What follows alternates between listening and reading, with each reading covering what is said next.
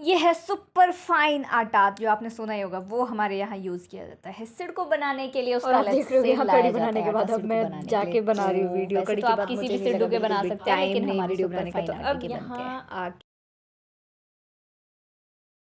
यहाँ आके मैं करने लगी हूँ ये सब।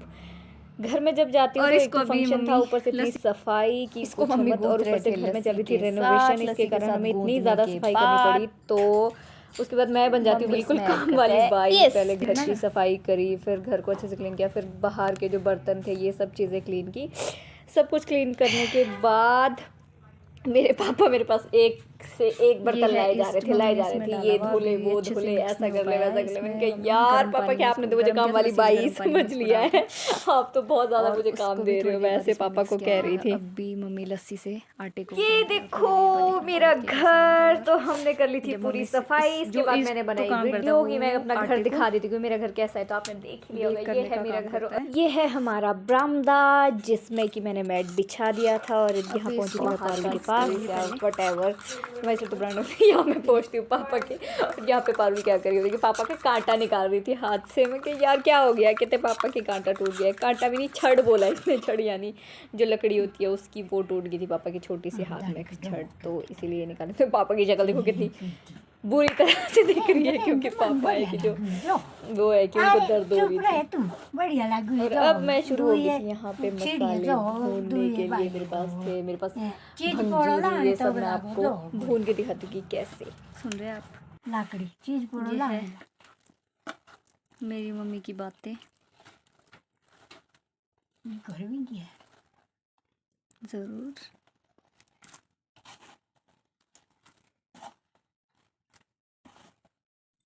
ये देखो, ईस्ट ऐड करने के बाद आटे की जो है बिल्कुल शक्ल ही चेंज हो गई है, क्योंकि जो ईस्ट होता है वो आटे को क्या है मतलब फूलने का काम करता है।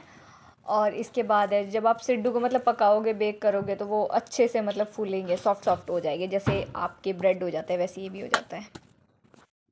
और यहाँ पे रेडी किया जा रहा था अब सिड्डू के लिए, जो हमारे धुली हुई मांस होती है उसको भिगोते हैं पहले, और उसको मिक्सी में क्या है पीस लेते हैं। और पीसने के बाद इसमें मिक्स किया जाता है प्याज लहसुन अदरक सब कुछ, नमक मिर्च सब कुछ, मसाले ऐड करने के बाद इसको अच्छे से फेंट दिया जाता है और इसको रेडी किया जाता है। ये हम जो है कि सिड्डू में, जो हमारे सिड्डू बनाते हैं उसके लिए प्रिपेयर हो रहा था, उसमें डाला जाता है।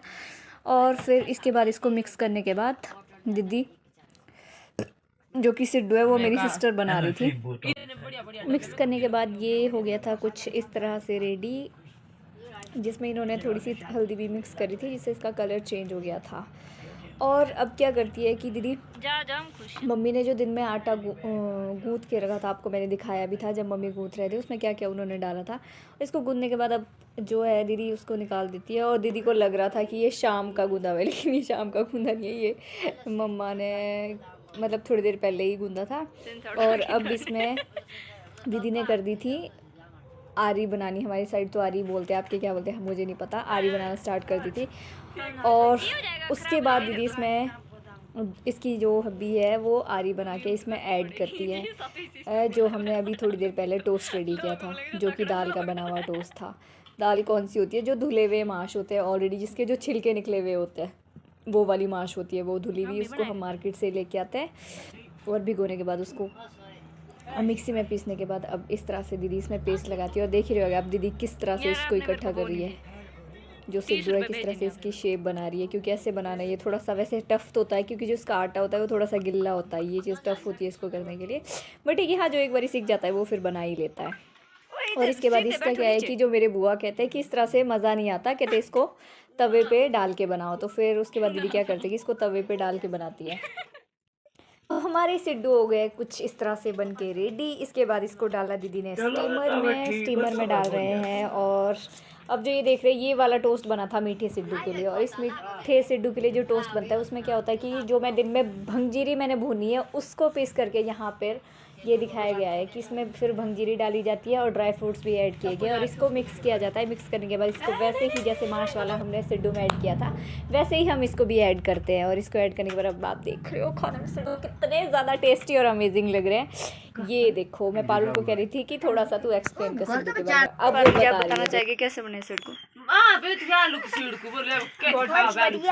ये देख रहे हो एकदम बढ़िया, खोल के दिखा तो नहीं बनाते ना ऐश के चाड़ू दी सिर मोरो की दबे डारे की दाना ये देखो गाइस इसमें क्या क्या डला है, ते चढ़ ते घी लगा के दिखा।